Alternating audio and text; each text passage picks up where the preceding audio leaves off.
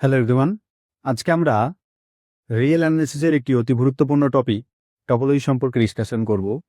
তার ২ নম্বর ভিডিও, যেখানে আমরা নেইবারহুড অফ এ পয়েন্ট এবং ডিরিকের নেইবারহুড অফ এ পয়েন্ট সম্বন্ধে জানার চেষ্টা করব। নেইবারহুড অফ এ পয়েন্টটা কি না, নেইবারহুড অফ এ পয়েন্ট বলতে আমাদের কাছে যদি আমরা রিয়েল লাইনের একটা সাবসেট হই, আমরা রিয়েল লাইনে একটা সাবসেট হই এবং ওই সাবসেটের মধ্যে যদি আমরা একটা পয়েন্টকে কল্পনা করি, একটা বিন্দু, একটা নাম্বারকে যদি আমরা কল্পনা করি, তাহলে ওই নাম্বারটা যে সাবসেটটা আমরা নিয়েছিলাম রিয়েল লাইনের সাবসেট, তার মধ্যে থাকতে হবে। এবং ওইখান থেকে যদি আমরা একটা খুব ছোট্ট একটা নাম্বার প্লাস পড়ি এবং মাইনাস পড়ি, তাহলে সেই পয়েন্টগুলো কি হবে না ওই সাবসেটের মধ্যে থাকবে। তাহলে আমরা ওই সেটটাকে ওই পয়েন্টে নেইবারহুড হল। একটু ভালো করে আমরা বেশি বিস্তারিত দেখার চেষ্টা করি।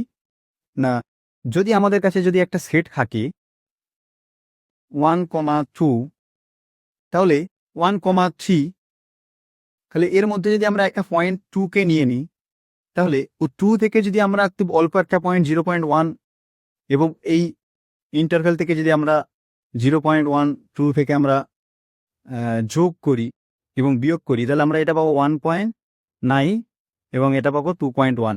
এই 1.9 এবং 2.1টাও এই ইন্টারভ্যালের মধ্যে থাকবে। তাহলে এই পয়েন্টের রেসপেক্টে এই সেটটাকে আমরা কি বলছি, এই ইন্টারভ্যালটাকে আমরা কি বলছি না নেইবারহুড। এটাকেই আমরা একটা সুন্দর করে লিখে রেখেছি যে a subset N of R, মানে রিয়েল লাইনের একটা সাবসেট, সেটা হচ্ছে M, is call neighbourhood of a point P. এটা পয়েন্ট পি এর রেসপেক্টে নেইবারহুড হবে if there exist an open interval such that.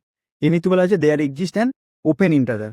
কারণ ওপেন ইন্টারভ্যাল কেন বলেছি আমরা একটু পরে বিস্তারিত জানবো। There exist an open interval such that P belongs to N. পিটা কোথায় হবে না এন এর মধ্যেই একটা পয়েন্ট হতে হবে, এবং পি থেকে যদি আমরা এপসাইলন নট, একটা খুব টাইনি নাম্বার, একটা ছোট নাম্বার, যদি আমরা এখান থেকে বিয়োগ করি এবং এখান থেকে যোগ করি, অবশ্যই সেটা কি হবে, শূন্যের থেকে বড় হবে। তাহলে সেই আমরা যে সেটটা পাবো, নতুন করে যে সেটটা পাবো, সেই সেটটাও কি হবে না, সে নতুন যে আমরা সেটটা পাবো, সেই ইন্টারভেলটা পাবো, সেটা অবশ্যই সেটা আমরা কি হবে না সেটা আমাদের এই যে সাবজেক্ট আমরা নিয়েছিলাম এন, সেই সাবজেক্টের মধ্যে থাকবে।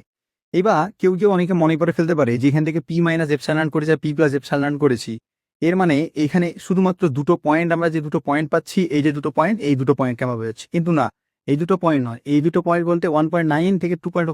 পুরো সেটটাকে আমরা বোঝাচ্ছি, পুরো সেটটাকে। এই যে ফার্স্ট ব্র্যাকেট চিহ্ন আছে, এর মানে পুরো কন্টিনিউয়াসলি সেটটাকে পুরো দূরই বোঝানো হচ্ছে। ঠিক আছে, এইখানে যতগুলো ভ্যালু পাবো, সব ভ্যালুগুলো কি হবে না এই ইন্টারভ্যালের মধ্যে থাকবে। তাই আমি ইন্টারভ্যালটাকে তখন আমরা একটু বলবো না নেইবারহুড অফ এ পয়েন্ট, যে পয়েন্টটা হচ্ছে 2। যখন এর প্রপার্টিসগুলো আমরা এর পরের ভিডিওতে পড়বো, তখন এই নেইবারহুড অফ এ পয়েন্টটা আমাদের কাছে আরও ক্লিয়ার হয়ে যায়। এই নেইবারহুড অফ এ পয়েন্ট, এটা আমাদের পড়ার দরকার হয় কেন?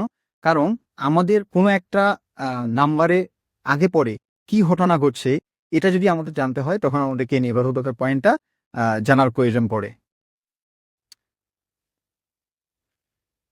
আর এই নেইবারহুড অফ পয়েন্টটা যদি তুমি একটা সহজ বাংলা ভাষায় যদি আমরা বলতে চাই, তাহলে আমরা এটা বলতে পারি যে একটি বিন্দু, একটা রিয়েল লাইনের ওপর একটা পয়েন্ট, যে পয়েন্টের আশেপাশে কি হচ্ছে সেগুলো আমরা জানার জন্য এই নেইবারহুড অফ পয়েন্টটা করি। আর নেইবারহুড অফ পয়েন্টটা কি না, একটি বিন্দুর আশেপাশে যদি আমরা কোনোভাবে সেই পয়েন্ট থেকে একটু আগে সামনে যাই বা পেছনে আসি, তাহলে সেই যে বিন্দুগুলো আমরা পাবো, সেগুলো কি না সেই সীমানার মধ্যে থাকে। এটা হচ্ছে মূল কনসেপ্ট। আর কখনো কখনো কি হয় যে যে পয়েন্টটার রেসপেক্টে আমরা সামনে যাচ্ছি বা পেছনে আসছি, মানে এই যে পি পয়েন্টটা, যার রেসপেক্টে আমরা সামনে কিছুটা আগাচ্ছি বা পিছনে পিছাচ্ছি, সেই পয়েন্টটাকে আমাদেরকে বাদ দিয়ে হিসেব নিকেশ করতে হয়। যদি বিশেষ করে আমরা একটা ফাংশন দেখি এফ অফ এক্স ওয়াই সমান x y by x square plus y সমান, যদি আমরা কিছু একটা ভ্যালু লিখি, তাহলে এই এক্সিস্ট করবে কখন, যখন এক্স আর ওয়াইটা কি হবে, নট ইকুয়াল টু 0 হবে। তাহলে এই যে এক্স আর ওয়াই পয়েন্টটাকে আমার বাদ দিতে হচ্ছে, তাহলে সেই সময় আমাদের কি হচ্ছে না, এই পয়েন্টটাকে আমাদের বাদ দিয়ে পুরোটা মানে আমাদেরকে হিসেব করতে হবে, শুধু ওই পয়েন্টটার জন্য এই ফাংশনটাই পুরো বেকার হয়ে যায়। তো সেই জন্যই কি করতে হবে না, আমাদের ওই পয়েন্টটাকে বাদ দিতে হয়। নিচে আমরা লিখি এক্স ও ওয়াই 0 সমান এক্স ও ওয়াই, যখন 0 হবে তখন 0 ধরা হয়। সেই আমরা ফাংশনটাকে সুন্দর করে সাজাই, তাহলে ওই একটা পয়েন্টের জন্য পুরো ফাংশনটাই কাজ করবে না। সেই জন্য আমাদের কি করছে, আলাদাভাবে ওটাকে লিখতে হচ্ছে, ওটা বাদ দিতে হচ্ছে। তো সেই সমস্ত কেসের জন্য কন্টিনিউটি জোন সেই সময় আমাদের কি লাগে না ডিইটি নেইবারহুড পয়েন্ট লাগে। এইখানে আমরা কি করি না আমরা যে নেইবারহুডটা পেলাম সেই নেইবারহুড থেকে যে পয়েন্টের রেসপেক্টে আমরা সামনে গেছিলাম বা পিছনে আসছিলাম সেই পয়েন্টটাকে আমরা কি করি বাদ দিয়ে দিই। সেটা কি না এনপি থেকে আমরা কি করছি কি যে পয়েন্টটা সেই সেটটাকে আমরা কি করছি বাদ দিয়ে দিচ্ছি। বাদ গেলে আমরা যেটা পাচ্ছি সেটাকে আমরা কি বলছি ডিলিটেড নেইবারহুড পয়েন্ট। এবার আমাদের একটা প্রশ্ন আসবে যে এখানে আমরা ওপেন ইন্টারভ্যাল কেন বলি, ক্লোজ ইন্টারভ্যাল তো নিতে পারতাম। যদি আমরা ক্লোজ ইন্টারভ্যাল নিই তাহলে আমরা কি হবে দেখি। যদি আমরা ক্লোজ ইন্টারভ্যাল নিই 1,3 যদি আমরা একটা ক্লোজ ইন্টারভ্যাল নিই তাহলে আমাদের কি হবে যখন আমরা পি এর রেসপেক্টে নেব তখন যদি 0.1 প্লাস করি 2.1, যদি 0.1 মাইনাস করি তাহলে আমরা আসলে 1.9, তাহলে 2.1 এবং 1.9টা এই সেটের মধ্যে থাকবেই। কিন্তু যদি আমরা কোনোভাবে থ্রি নিয়ে নিই তাহলে 0.1 করলে আমরা কি হচ্ছে 2.9 এটা সেটের মধ্যে থাকছে ঠিকই, কিন্তু যদি আমরা 3-এর সঙ্গে প্লাস 0.1 করি তাহলে 3.1 আসছে, যেটা কি হচ্ছে না এই সেটের বাইরে চলে যাচ্ছে। এই সীমাস্ত মানগুলো যখন নিচ্ছি তখন আমাদের কি হচ্ছে না বাইরে চলে যাচ্ছে, এই সেটের মধ্যে রাখছে না। কিন্তু আমাদের নেইবারহুডের শর্তটা কি যে পি মাইনাস এপসাইলন এবং কি প্লাস এপসাইলন করলে আমরা কি করবো না সেটা আমাদের এই যে সেটটা আমরা সাবসেট নিয়েছিলাম রিয়েল লাইনের উপর সেই সেটের মধ্যে থাকতে হবে। কিন্তু এখানে কি হচ্ছে সেই সেটটার মধ্যে থাকছে না, সেই জন্য আমরা এখানে ক্লোজ ইন্টারভ্যাল শব্দটা ব্যবহার করিনি। এবার কেউ বলবে স্যার আমরা যদি বলে দিই যে সীমাস্ত মানগুলো বাদ দিয়ে আমরা কি করছি না এটাকে ক্লোজ ইন্টারভ্যালটাকে কনফার্ম করবো, সেখানে ক্লোজ ইন্টারভ্যাল লিখবো এক্সেট আমরা লিখে দেবো আপার বাউন্ড এবং লোয়ার বাউন্ড, এক্সেট আপার বাউন্ড এবং লোয়ার বাউন্ড এই সেটটা যদি আমরা লিখি, যদি তখন আমরা এই সেটের এইটা আর এটাকে বাদ দিই তখনই এটা কি হয়ে যায় 1,3 একটা ওপেন, এটা একটা ওপেন ইন্টারভ্যাল কি আর 3 আর 1 বাদ দিন তো পুরো সেটটা। আর এখানে কি ছিল 3 আর 1 নিয়ে সেটা ক্লোজ ইন্টারভ্যাল বলে যেটা করছো তুমি 3 আর 1 বাদ দাও সেটাও কি একটা ওপেন ইন্টারভ্যালই তো হয়ে। তাহলে আমাদের এখানে আলাদা করে আবার আমরা যদি ভাবি যে এনে লিখবো যে ক্লোজ ইন্টারভ্যাল লিখছে আপার বাউন্ড এবং সুপ্রিমাম ও ইনপ্রিমাম দিচ্ছে, তাহলে আমাদের কিন্তু কোনোভাবেই সেটা ওপেন ইন্টারভ্যালই হয়ে যায়। তাহলে আমরা আলাদাভাবে ওটা লেখার দরকার নেই, সেই জন্য আমাদেরকে এটা এখানে আমরা ওপেন ইন্টারভ্যাল কথাটা ব্যবহার করেছি। কি না a subset of n of R is called neighborhood of a point P if there exists an open interval such that T belongs to n এবং T minus epsilon T plus epsilon এটা একটা interval, অবশ্যই open interval belongs to n, এই যে open interval চিহ্ন দিয়েছে। আর আমাদেরকে একটা জিনিস মাথায় রাখতে হবে, খেয়াল রাখতে হবে, এই জিনিসগুলো যখন আমরা এই কনসেপ্টগুলোকে ক্লিয়ার করবো সেখানে আমাদেরকে সেট আর ইন্টারভ্যালের মধ্যে খুব সূক্ষ্ম একটা তফাৎ আছে। ইন্টারভ্যাল বলা মানে 1 থেকে 2 এর মধ্যে কন্টিনিউয়াসলি সমস্ত পয়েন্টগুলোই সেটের মধ্যে থাকে।